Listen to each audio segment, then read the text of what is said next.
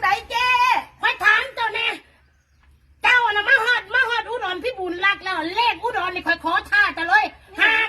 594คันบ่ถือมานี่594กับ93นี่คันบ่ถือมานี่คอยก้าอมขี่มาพูดใส่หน้าเจ้าสิท่าอีหยังคอยจะได้เลขตัวไหนมา ว้ายของพ่อสปอร์ตแล้วมั่นใจนั้นเดียวเม็ดเดียวงวดที่แล้ว8778งวดนี้เท่าไหร่7848484เจ้าท่าอีหยังคอยท่าอมขี่พูดใส่หน้าเจ้าเลยปะคันบ่ออกงวดนี้นะเจ้ากล้าปะเอาให้ คอยนี่เรื่องท่าคอยสิอมขี่มาให้เจ้าโชว์อะไรของเจ้านะโชว์อะไร549กับ93เจ๊ตังมันออกดอกออกแท้ออกแท้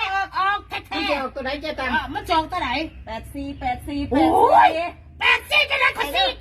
นี่94นี่94เลขกาลสินธุ์สิออกเลขกาลสินธุ์สิออกเลขพี่บุญรักอุดรไทย เดินทางมาพ่อพี่บุญรัก